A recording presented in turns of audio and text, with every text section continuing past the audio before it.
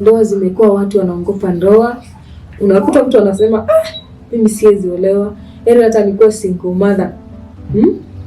Because ukijiweka kwa ndoa, sijui maisha yangu inarudi nyuma. Ukimwonyesha mume wako heshima, na ujifunze tu kunyenyekea. Jifunze tu, jiweke hiyo level yako ya chini. Jiweke tu, utakufa. Hakuna kitu itakufanyia. Ukijishusha tu kidogo, hata kama una pesa kumshinda, ni mwanaume. Hata kama wewe ndio unapata mshahara mingi, ama kama wewe ndio kuna mabiashara kubwa kubwa, huyo ni mwanaume. Is a king. Asikupenda kwako, si usianze kumjudge pia ule mwanamke because ametoka kwa hiyo environment. Uanze kumwambia hata kwenu hakuna mtu ameolewa, ama maybe wazazi wako hawakuolewa, that's why una behave like this. No, usimjudge. Mweke kwa pamoja. Hello my good people, welcome back to Masha Exclusive. Thank you so much guys for coming through, for supporting me. Mmekuwa wazuri kwangu. You have been so good to me guys. Thank you so much guys. I don't take it for granted. And keep supporting me, keep subscribing, keep liking the video, share. Here again, I'm shooting this video from this side. And today I'm alone. Yeah, nishazoea nikifanya video zangu peke yangu. Maybe nafanya live stream, but today I'm just doing it here. And I'm going to speak the topic yenye ambayo sikuifanya last Sunday. For my returning subscribers, unajua vizuri on Sundays tunaendanga live. Yeah, so this Sunday, yenye imepita, nilikuwa somehow busy, ikakuwa late, nikakosa kumanage to shoot. So nikasema before the end of this week, I'm going to shoot this video, and here I am today. Itakuwa tu video ya kawaida, itakuwa kwa live stream. So wenye walikuwa naomba hiyo topic ya Sunday isifanyike, nimesema lazima ifanyike before Sunday ingine ijafika. Today is on Tuesday. Yeah, it is on Tuesday. So because niko na lot of topics, niko na vitu mingi sana za kuongelelea, na sitaki moja iachwe nyuma, na sitaki ichelewe. Every message yenye itakuwa inakuja, nitakuwa najaribu na deliver on the time. Hakuna kuchelewesha. Kama ni ya hii wiki imekuja, lazima ni deliver tu hiyo wiki.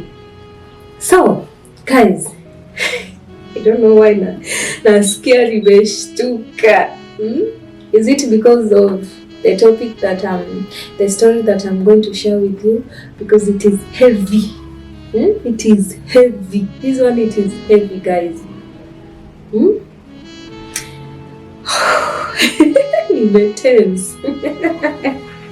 I don't know why I'm tense, but yeah, wacha Mungu anipatie nguvu. Yeah, tuongelee guys. Wacha ni have my drink kidogo.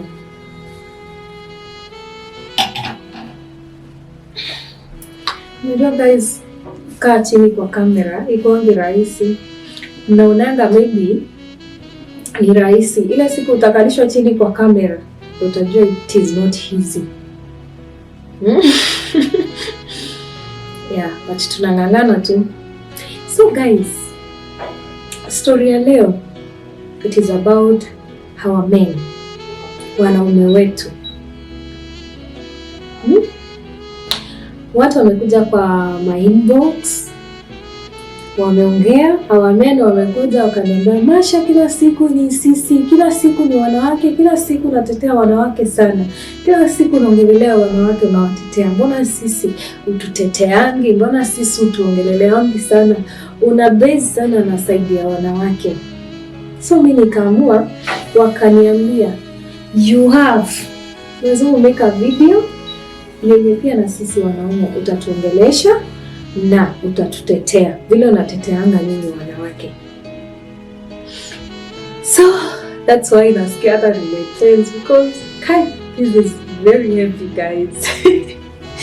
It is very heavy. Nilisema guys, mko mna comment kwa comment section, mnaniambia, mnanirekebisha, because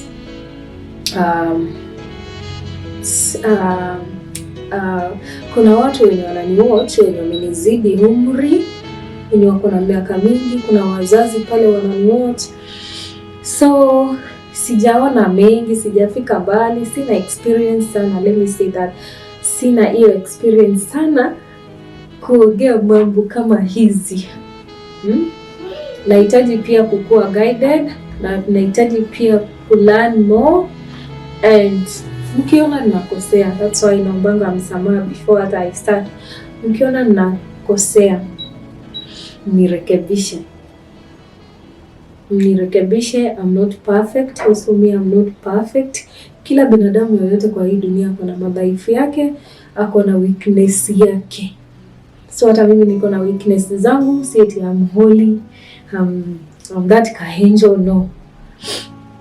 So wacha niingie kwa the topic of today, our men. Unajua mimi nilizoea kufanya live. I feel like I'm speaking with you, mnaniona pale live. So our men wamekuja ni watetee leo guys, na hata sijui naanza wapi. You know, I don't write. Mimi kitu yenye imekuja, maybe mimi nimekuja kwa akili yangu, ama maybe mtu ameniongelesha, huwa naiweka hapo kwa kichwa yangu until the day nitapata time ni shoot.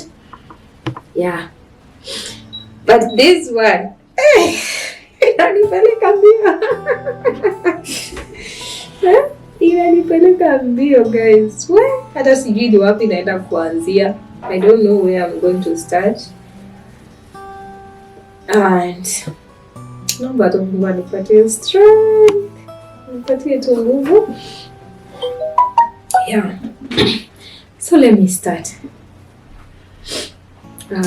If you are, wewe ni our men, our brothers, our husband, our fathers outside there, please come to this video. I'm here today for you guys. Nimeketi kwa hii kiti because of you, and naongea ile yote iko kwa moyo wangu. Maybe it is from my experience, maybe mtu mwingine pale nje anapitia hiyo yenye nitaenda kuiongelelea hapa. And tulisema kwa hii channel yetu tutakuwa tunaongea ukweli, because the truth shall set us free.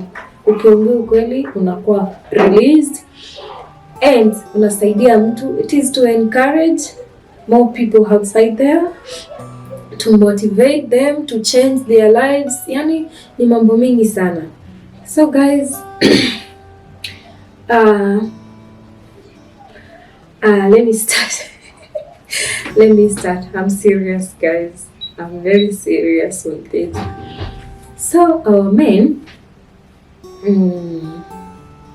naongelesha sasa, let me talk with the wanawake. Sisi wanawake, nimefanya videos zingine nikiwatetea, nikielezea jinsi nyinyi wanaume mnapaswa kutupenda sisi, zile vitu zenye tumekosa kwenu nyinyi wanaume, nilikuja nikaziongelelea. Now this is for men, zile vitu zenye wanaume wamezikosa kwetu sisi wanawake. Are you getting me? Yeah, zile vitu zenye sisi wanawake hatuzifanyi kwa wanaume, na wanaume wanajikuta pale nje loneless, wanajikuta wako wamejichukia, wameji-isolate, wanabeba tu burden zao kwa roho zao, because most of men they don't talk. Wanaume ni watu wa maajabu sana. They don't talk like sisi wanawake the way huwa tunaongea. Wananyamazanga, na ukipata wenye wanaongea ni kidogo sana wenye wanaweza share. But Sasa mimi hao wenye waongeange leo ndio nimekuja sasa, na mimi nitawaongelelea because mmenitafuta niwaongelelee. That's why I'm here and that's why I'm making this video today. Yes, to stand with you guys. Now, let me say, wanaume, kaka zetu, ndugu zetu, baba zetu, bwana zetu, kitu ya kwanza mjue ya kwamba tunawapenda sana. Mimi Masha nawapenda sana na waheshimu sana sana sana, na waheshimu sana. Sisi wanawake, kitu ya kwanza tunafaa kufanya, tuache kuona wanaume ni wabaya. Mimi nitabase sana na kitu yenye nimekuwa maybe na experience nacho, because me I'm married. First of all, I'm married. Kwa mwenye hajikutana na video zangu, maybe my new viewers, I'm married. Now it's 5 years in marriage and I have 2 kids. I am the firstborn in our family. So nimelea ndugu zangu 4 I mean. So niko na experience kidogo ya kuongea, but that's why najaribu sana, because this topic, oh my god, is giving me hard time. So nitabase sana na mambo ya marriage. Mimi huwa si base sana mambo, maybe na mambo ya relationship, maybe uko pale kwa relationship bado hujakuwa married, because kwa dating site maybe from there sina experience sana. Ile experience yenye niko nayo ni ya kwa marriage, na nimesema I'm not perfect and I'm not matured enough kusimama niongelesha watu, but I'll share what I have na yenye nimekuwa nikiona. So kama umeolewa na kama unataka kuolewa, I'm here. Wanaume wanateta, wanaume wanateseka hapa, boy child wanateseka, hawana watu wa kuwatetea, hawana watu wa kuwaongelesha. So leo hii zile vitu zenye nataka kuongelelea, it is about to learn how to love our men. Tujifunze kuwapenda wanaume zetu. Nilisema ambayo kupenda, zile vitu zenye tunafaa sisi wanawake, to submit, to respect and to honor. Honor your husband, honor your man, respect her, respect him, and mambo mengine yote itakuja tu baadaye. Mengine yote itakuja tu yenyewe. Ukifanya hizo vitu 3, mpende mwanaume wako, mheshimu mwanaume wako, na usubmit, hizo vitu 3, ndoa zimekuwa na big issues. Ndoa zimekuwa azisimami, ndoa zimekuwa watu wanaogopa ndoa. Unakuta mtu anasema mimi siwezi olewa, hata nikuwa single mother. Cause ukijiweka kwa ndoa, sijui maisha yangu narudi nyuma. Sitaki kukua under someone. Yani utaki kukua under control, utaki kukua kwa hizo sheria za ndoa, because ukishaingia kwa marriage kuna sheria. Dada yangu, unakuanga na sheria. Huyo mwanaume akuwe ni mdogo kiasi gani mwenye amekuoa, akuwe ni mzee, akuwe sijui kiasi gani, akuwe mrefu, akuwe mfupi, akuwe sijui mnono, akuwe mkonda, huyo mwanaume lazima umheshimu. Heshima lazima. Huwezi kuwa unaambianga wanaume ndio shingo. No, wanaume ndio kichwa. Sisi wanawake ni shingo. So huwezi kuwa above. Huwezi kuwa kichwa. Ule mwenye amekuwa hata kama anatoa mate hivi ni mjinga. Lazima umpatie heshima yake. Lazima ukuwe na heshima. Honor him. Mambo mengine yote itakuwa sawa. But if you hautafanya hiyo yote, unataka wewe mwanaume akuheshimu. Unataka mwanaume akufanyie everything,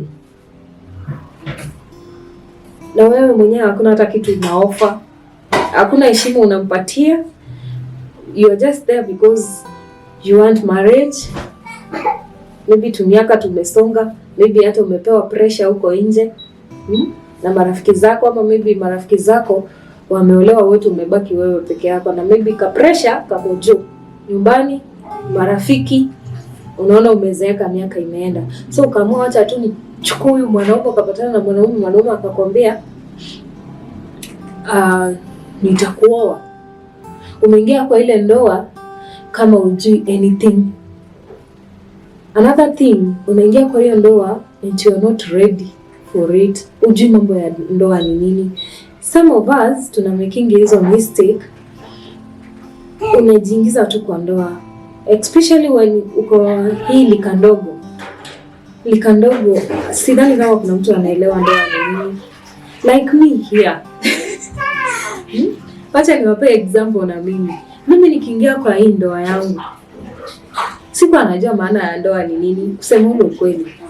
You see now, nimekuwa first born kwa familia yetu, and unajikuta uko so busy sana. Yani because of the background yenye umetoka, maybe hamkukuwa well up kidogo, hamkukuwa vizuri. Alafu another thing, mimi nimelelewa na single mother. So zile miaka kidogo nilikaa na baba yangu, ilikuwa miaka kidogo sana na nilikuwa mdogo. So siku experience ndoa, sikujua maana ya ndoa pale na mama yangu. Alafu I'm not blaming my mom. Sikuona mamangu anaongelelea marriage anywhere, ama watu walikuwa around me, hakuna mwenye alikuwa anaongelelea about marriage near me. So sikupata ile experience ama nikajua ndoa inamaanisha nini. So ni ile unasikia ndoa, mimi naenda kuishi na mtu mwenye nampenda. Sijui hiyo siku itafika lini, nijione niko kwangu, nijione najipanga, nijione naamka kwangu niko na mume wangu, maybe Mungu ametubariki niko na watoto wangu nini. Yani expectations zako una expect yani itakuwa rahisi, yani itakuwa furaha, itakuwa vizuri. Yes, inafaa kukua hivyo, inafaa kukua furaha, inafaa kukua vizuri, but it is not smooth. So unakutanga wengi kama sisi tunaingia tu, hatujui maana ya hiyo ndoa ni nini. Unakuta kuna vile mwanaume unapaswa kumweka, bibi unafaa kumheshimu huyu mwanaume. Wewe kwa maisha yako ujue hata kuitana dad, ujue hata kuitana ujue kuitana dad, ujue because ukujipata kwa hiyo environment. So unajikuta pale maisha yamekuwa magumu, uko under this man, uko yani maisha yako yote. Ukiingia kwa ndoa kuna vile unashushwa kidogo, kama wewe ni mwanamke kuna vile unashushwa kidogo. Lazima hiyo nayo utapitia, utashushwa na utaanza kunyenyekea. Hata kama ulikuwa at the top, utaanza kukua chini ya sheria na utaanza kunyenyekea. So kama ule mtu mwenye inategemea ule mtu mwenye umekutana na yeye ni mtu wa aina gani. Atakusoma aelewe, huyu mwanamke wangu ni kama hata aelewi anything. Akukalishange chini, akuelezeange polepole, lakini babe, vitu zingine unafanya ni kama hukufunzwa. Hivi na hivi inapaswa kuwa hivi. Jifunze kuongea hivi kwa sauti kidogo. Jifunze kuongea less. Jifunze hivi na hivi na hivi. Nileteange chakula, usikubali nipikiwe na wafanyikazi. Unaona mwanaume mzuri atakuelezea. Lakini sasa kuna wanaume wengine pia hawaongeangi. Hawatakuambia, ataanza kushindwa, huyu shwali ametoka wapi? Amelelewa wapi huyu? Ataanza kushindwa na tabia zako, and that's why utapata hiyo ndoa imekuwa ngumu, haina peace. Haina kitu inaitangwa peace, haina kitu inaitwa happiness, joy, haina love. Yani love iko, kuna love, kuna ile kitu unapenda mtu ndani yako, unampenda sana, but una feel bado I'm not comfortable with this man, I'm not comfortable with this girl, because kuna vitu una miss. Unafika pale unataka mwanaume akurespect wewe. Sawa, heshima ni both sides. Si ndio? but sisi wanawake ndio tunafaa kuonyesha waume zetu heshima sana. I'm telling you, ukimwonyesha mume wako heshima na ujifunze tu kunyenyekea, jifunze tu, jiweke hiyo level yako ya chini, jiweke tu, utakufa, hakuna kitu itakufanyia. Ukijishusha tu kidogo, hata kama una pesa kumshinda, ni mwanaume. Hata kama wewe ndio unapata mshahara mingi, ama kama wewe ndio kuna mabiashara kubwa kubwa, huyo ni mwanaume, is a king. Mfanye hiyo king yenye iko ndani yake, hata kama hana anything, itoke. Afili yeye ni mwanaume, afili yeye ni king. Usianze kumfanya kumshusha chini. Hata ukimshusha chini, yule mwanaume mtashindana na yeye, mtashindwa kuelewana kabisa. Utaanza kusema mimi nilishindwa na huyo mwanaume, sikujua, sikumuelewa anatakanga nini ama anapenda nini. Nilishindwa na yeye, tabia zake maybe, but wewe mwenyewe ndio ulikosa kukaa chini ujifunze. Kitu cha kwanza, learn mume wako anataka nini, ama boyfriend wako. Jifunze, huyu mwanaume wangu anapenda nini? Anapenda nikimpigia makelele? Maybe amechelewa. Akifika kwa mlango umenuna, hata utaki kumfungulia. Ukimfungulia huyo ndio. Hata chakula umpi. Sawa. Aya, huyo mwanaume atakuchukua aje? Mkaribishe vizuri nyumbani, akule ashibe, sawa. Ngoja hata kesho apumzike. Kesho yake muite, mkalishe chini. Mwangu, jana ukachelewa na hata ukuniambia nimekuaje? Kwa heshima si ile mama na tabia zako sijui nini umenizoea sijui nini maneno makali unamfukuza. Wanaume wapendi mdomo, by the way, nimekuja kunotice hiyo. Mimi kitambo sikuwa najua. Nimewambia hapa, acha nijipeane example, na mimi sikuwa najua kama wanaume wapendi mdomo. Ukishawarushia mdomo hivi mara ya kwanza, ya pili, ya tatu, atashindwa na wewe na atakuondokea. Imagine atashindwa na kukuvumilia, because wanaume wapendi makelele, wapendi hiyo mdomo. Alafu sisi wanawake, kuna wale wenye wamebarikiwa, kishaanza hivi kama redio. Asahau, akipumzika tu kidogo hivi, redio yake amewakisha tena.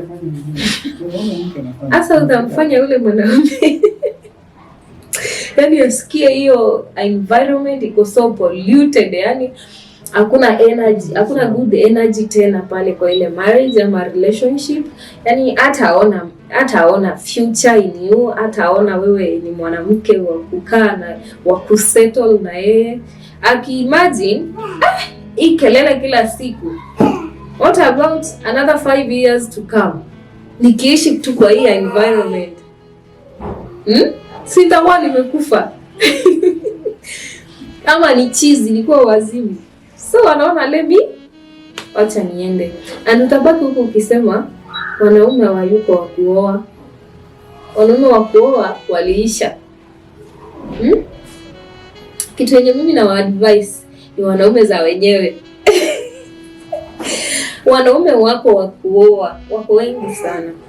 But huyu mwanaume kulingana na vile wewe mwenyewe umejiweka. Vile wewe mwenyewe umejiweka. Ukijiweka hivi ukora hivi. Mwanaume utakutana na saa hiyo unatafuta bwana wa kukuoa. Sisemi kuvaa nguo vibaya, sisemi kukaa aje ni vibaya, but saa hiyo wewe unatafuta bwana. Unatafuta bwana mzuri. Uko na quality zako zenye unataka. My dear, jiweke tu vizuri, jifunze tu kunyenyekea, kuwa na heshima na kuwa na standards. Kuwa na standards zako. Si kila mtu atakukimbilia. Na principles zako pia ukuwe nazo. Si kila mtu atakuja kukimbilia ama akudanganye. Ukijiweka vizuri utapata mume mzuri sana, because I believe kuna good men outside there wengi sana. Na wanaume wazuri sana. Hata wao wanaomba tu wapate wanawake wazuri. Na wanaume wako na roho nzuri. Akikushika hivi anakutunza kama mayai, anakutunza kama mtoto wake, because mmekuwa kitu kimoja. anakutunza vile yeye mwenyewe anajitunza, because mmekuwa one, kitu moja. Huyo mwanaume mzuri anapatikana vipi? Vile wewe mwenyewe umejiweka. Kitu ya kwanza, unamuomba Mungu akusaidie, akutenganishe na wale wote wa kudanganya watu huko. Wakikuja wanapita hivi wasikuone wale wote wa uongo wakikuja hivi wasikuone hata kidogo hivi, because sisi tunakuanga na weakness. Utapata mtu hapo nje, kumbe yeye mtu amesema hii mwaka hii 2025 wacha nitafute Sharon, for example, nitafute Sharon nikule raha na yeye hii mwaka tu peke yake. Alafu sisi tunakuanga na weakness. Wewe mwanaume akuja kuspoil kuonesha nyenyekee malaika. Si utajitolea, utapeana roho yako yote. Alafu mwaka ikiisha umeachanishwa hivyo. Ukiachanishwa hivyo, depression imekushika.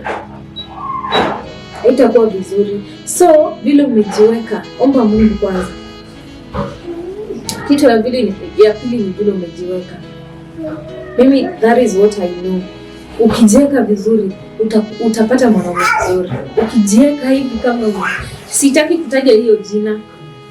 Ukijiweka hivyo, hiyo jina yenye nakataa kusema, utakutana na hao tu wenye wanakuanga hivyo, wenye hawayuko serious. Marriages ziko, marriage ina work. Hakuna siku mimi nitaweka chini nipinge marriage, niseme marriage is a scam ama marriage was work. Nitakuwa nadanganya. Marriage zina work. Hao wenye wanasema hakunanga happiness in the marriage. Marriage kuna happiness. Ile kitu yenye siwezi wadanganya leo hii, haiko smooth. Hakuna marriage yenye iko smooth. Iko ya bishop, iko ya reverend, iko ya apostle, iko ya pastor, iko ya nani, iko ya president, iko ya nani. Hakuna marriage yenye inakuanga smooth. Hata za wazazi wetu wa kitambo, hakuna moja ilikuanga smooth. Kuna kulia, kuna kucheka, kuna kuchoka. Inafika wakati unasikia yes, nimechoka. Siwezi vumilia tena. Sasa unakuta mwanamke ameisha kabisa. Mimi siwezi. Nimejaribu hiyo miaka yote, lakini mahali imefika nao siwezi. Mimi naenda sasa. Lakini ukiketi chini uangalie, unajiuliza unaenda wapi? So marriage ziko, but usikuwe na high expectations kwa marriages. Ukifika pale, kama Mungu amekubariki, umepata mtu, umefika pale kwa ile ndoa, kaa vizuri na ndoa yako, because watu watakuja, mambo mengi yatakuja. Vitu zitakuwa tofauti na vile ulikuwa pale nje. Sasa mmekuwa kitu kimoja, mko pale ndani, mnaishi wote wawili. Utakuwa na msukosuko sana. Utakuwa na maneno, haitakuwa smooth. Na kitambo mzoeane kwanza, ile kuishi pamoja haikuangi rahisi, itakuwa ngumu. Itakuwa na maneno mingi, kuumizana roho, itakuwa na hiyo kuchokana. Mambo mengi itahappen pale katikati, but if you are wise, God amekubariki na wisdom na knowledge na understanding, utakeep your marriage. Utaikeep my dear. Hakuna mahali Mungu amesema mtu akai peke yake kwa hii dunia. Mimi nashinda kusema hivyo. Mungu ameumba viumbe wawili. Basi angetaka tuishi kila mtu aishi single mother ama single father, angeumba maybe mwanamke. Wanaume ndo walikuwa wa kwanza kuumbwa. Mwanamke angeumbwa wa kazi gani?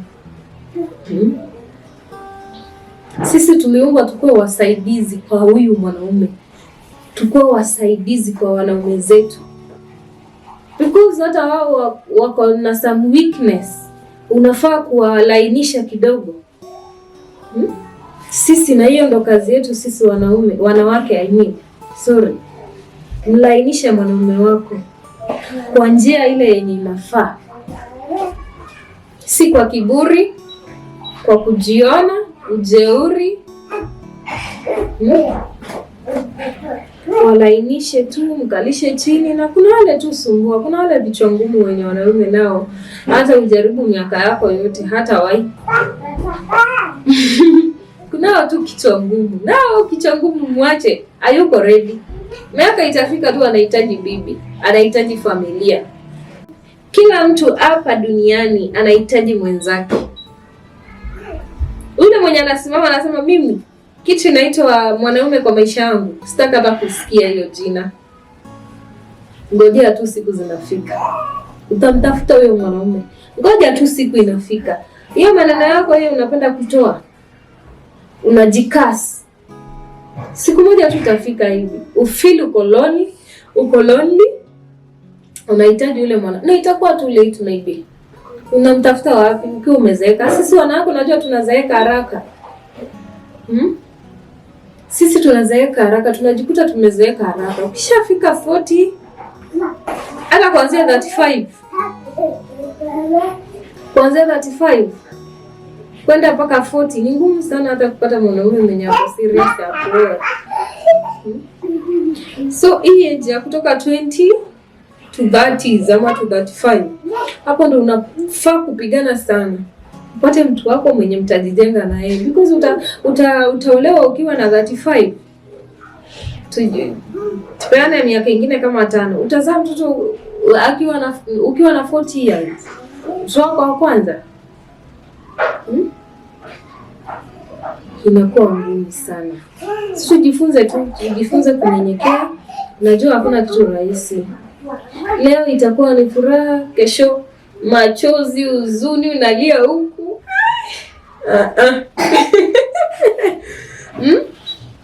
But bado unajikaza. Unaambia Mungu nisaidie, kwa maana ni wewe ulileta mahali hapa.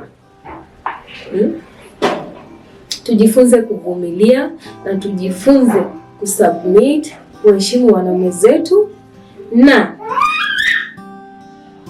usijivalishe kiatu ya mwanaume. Hakuna siku yenye wewe utakuja kuwa mwanaume kwa hii dunia.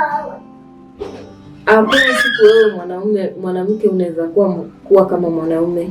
Yes, uko na pesa, unafanya kazi nzuri, uko na watoto, maybe Mungu amekubariki umezaa, but una bwana. Hakuna siku utakuja kuishi hayo maisha ya mwanaume, na siku moja tu hivi utatamani kuwe na mwanaume kwa life yako. Si wadanganyi, hata kama utakuwa umezeeka huko, natembea hivi, utakuja kutamani ukuwe na mtu mwenye mnazeeka pamoja hivi. Furaha yote ya mwanamke ni hiyo. Furaha yote ya mwanaume na mwanamke ni apate tu mwenzake wazeeke pamoja wakiwa wawili. Sawa guys. So wenye wako na hizo akili za kusema mimi naogopa ndoa. Mimi naogopa marriage. Na nyinyi wanaume wenye pia mnatuogopa sisi wasichana, wanawake msituogope. Mchukue hata kama unamchukua wapi, nilisema hivyo. As long as roho yako imempenda, mchukue huyo mwanamke, mweke kwako ndani. Mwambie baby, kuanzia leo hii nataka tukue tunaenda njia moja na wewe. Hakuna siku utaenda njia yako na mimi yangu. From today tunatembea barabara moja mimi na wewe. Na mimi ndio mwanaume. Na because nimekupenda, sitakujudge nimekutoa wapi. Sitakujudge hata siku moja, ama nikufikiria otherwise. Nitakufikiria kama bibi yangu, nitakufikiria kama bwana yangu. Haijalishi kuwa nilikutoa wapi. And this is what I want you to be. Nataka ukuwe mwanamke wangu mimi peke yangu.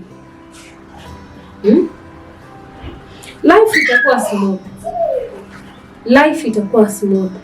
Mtunze, mfundishe vile wewe mwenyewe unataka. Mrekebishe. Wengi wetu hawakupata wazazi wa kuwarekebisha ama watu wa kuwarekebisha. Wamejikuta tu wanajilea wao wenyewe. Wengine wamelelewa kwa maisha ya single mother. Nimewambia hata hiyo jina kuitana dad, mtu anasikia vigumu kuitana daddy ama dad. Unasikia vigumu because ukujikuta kwa hiyo environment.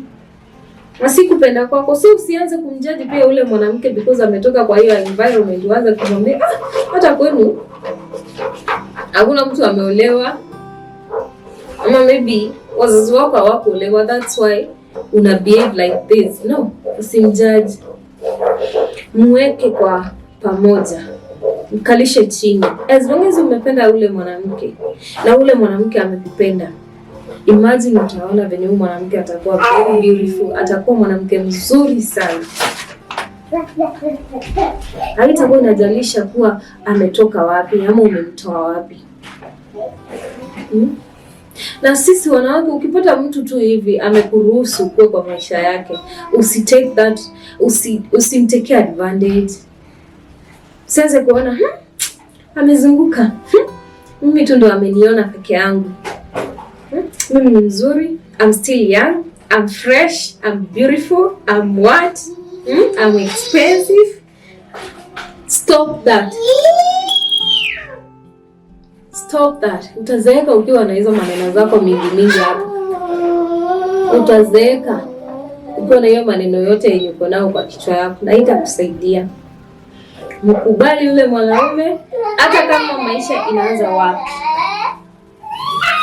Hata kama mnaenda kulala chini na mattress na mmependana. Guys.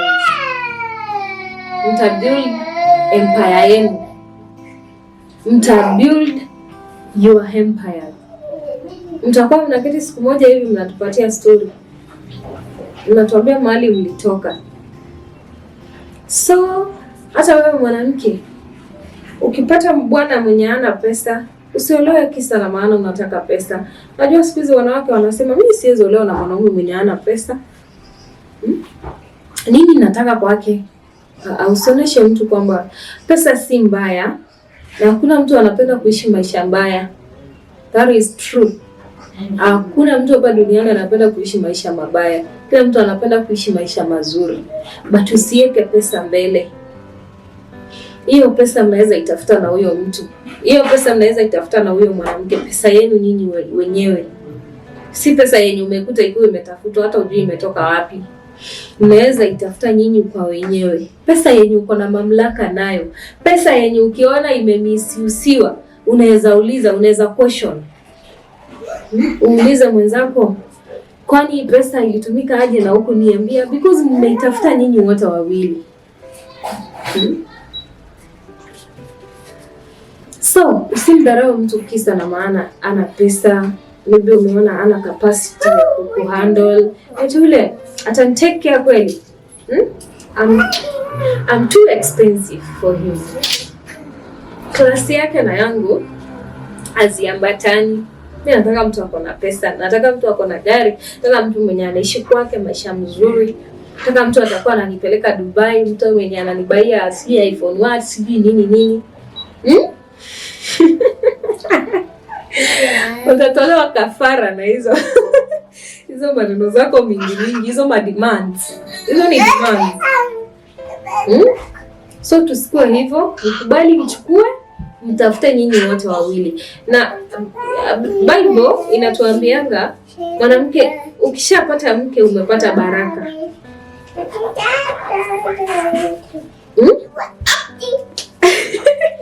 Ukishapata mwanamke bibi umepata baraka.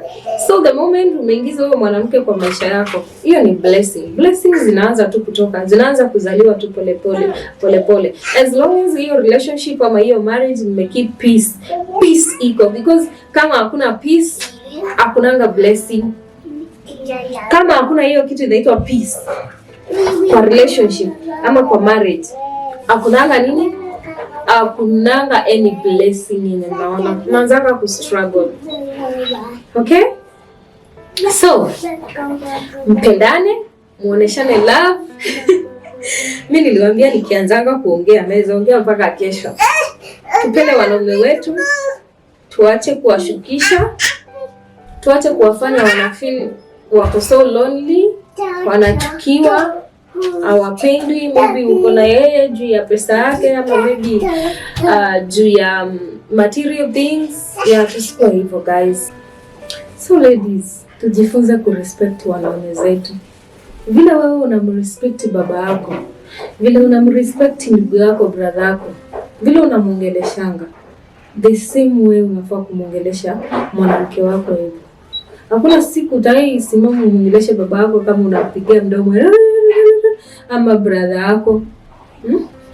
Vile unaongeanga kwa heshima na ile kunyenyekea, the same way unafaa kuongelesha mwanaume wako hivyo. Mimi wanaume ile kitu yenye wana complain sana ni makelele. Wanawake wanawapigia makelele sana na wanaume hawapendi hiyo kitu guys. Nimeirudia tena. Hawapendi kelele. Hiyo hawapendi. So, vile unaongeleshanga mzazi wako, baba yako, na muongelesha brother yako na heshima, the same way unafaa kumuongelesha nani? Mume wako hivyo. Because hata yeye hayuko it is not by mistake amekukubali wewe kwa dunia nzima yenye wanawake wamejaa hivyo, amekuchukua wewe ukakuwa kwa maisha yake. It is not by mistake guys. Na amekufanya, amekuheshimisha, maybe hata amekupeleka kwa wazazi, umejulikana.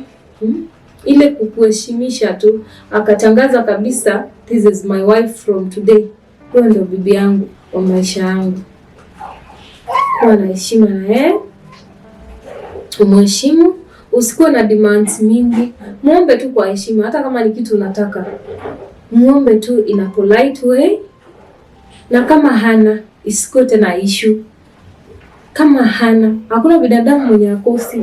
Kila mtu anakosa. Wewe mwanaume asikuwe bank account wako. Akuwe bank account wako. Yaani kila saa wewe ukitaka yeye unapewa tu. Uko na haki ya kupewa, but kwa njia mzuri. Sio kwa lazima. Sio kwa demand. Eti kama utafanya ni sawa tu. Ama ikuwe tena issue. Kila mtu ukosa.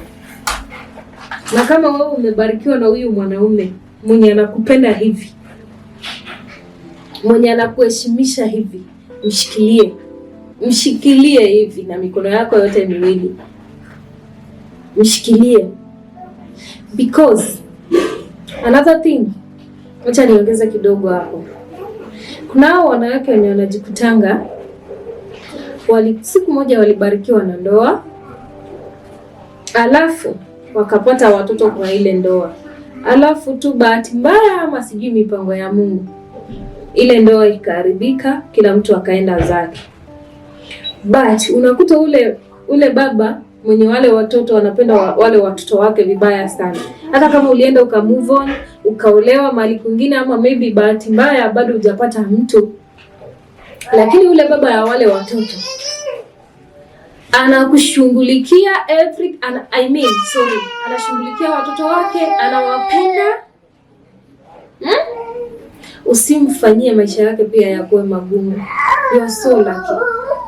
Kama wewe umepatana na mwanaume wa hivyo, you are so lucky, you are blessed. Don't take it advantage, because ni wachache sana. I think ni 2% wenye wako na hiyo roho. Kialia every time lazima unisumbue kwa video zao. So usitake any advantage. Wanaume kama hawa ni wachache sana. Wengi wanazalishwa, unatupwa na watoto, hata hakuna mwenye hataki kupigia simu akuulize watoto wako vipi, watoto wanaendelea aje. Wewe umetupwa na watoto wako and that's it. Bali kama umebarikiwa, ukakuta ule mwanaume mliachana because of mashida zenu, mlikosa kuelewana, usiweke hizo issues pia kwa watoto. Hiyo ni issue yenu nyinyi wote wawili. Mheshimu yule mwanaume. Anahitaji heshima ya hali ya juu sana. Anahitaji kuheshimika vibaya sana. Anahitaji kuheshimika vibaya sana. As long as yule mwanaume ana support watoto wake, ana provide kwa watoto wake, akifanikiwa bahati mzuri anawaona, what else do you want? What else do you want? Na maybe yeye alisha move on na life yake. Maybe wewe uko na kale ka question mark, eti alikuja akanizalisha, alafu amenitupanisha na watoto wangu, but he is supporting watoto wake fully. What else do you want? Unangoja malaika mwingine akuja ashuke? Utampata huyo malaika mwingine. Huyo mwenye tu ulipata, huyo mwenye anakutunza. Kuna mwenye analia hapa nje. Naacho mimi na watoto kama 5 hivi. Hata kasimu tu kupigiwa ulizo watoto wako vipi, watoto wanaendelea aje? Hakuna hata siku moja hivi. Na sio kwamba huyo mwanaume mwenye amemzalisha hawa watoto hana uwezo, ako na uwezo. Na maybe atashaoa bibi mwingine ako na watoto. Lakini wewe umebahatika, umepata huyu mwenye analipia watoto school fees, ananunua food, maybe ana take responsibility yake hata kama aishi na wewe. Respect that man. Na umuombe sana asiwahi kosa ama kupungukiwa. Because hujajua ile uchungu wa kuachanisha na watoto. Inaumanga vibaya sana. Inaumanga vibaya sana. Mimi nimelelewa na single mother. I know that pain. And that's why nimesema nitaongea hapa. I know that pain. Mimi, let me tell you, sijakuja kujiexpose hapa kwa social media na kuanga na pain mpaka leo hii. Because of what? Niliona baba yangu tu once. Baba yangu mwenye amenizaa hivi, nilimuona mara moja hivi. Hata siwezi mkumbuka sura yake iko aje. Because nilimuona akiwa mdogo. Nikiwa mdogo tu. Mwache tu. Ali atashinda kusumbua. Mwache. So, mimi nilimuona baba yangu. Haki Alia, Maria sichukua msichana. Anani distract kabisa. Shika.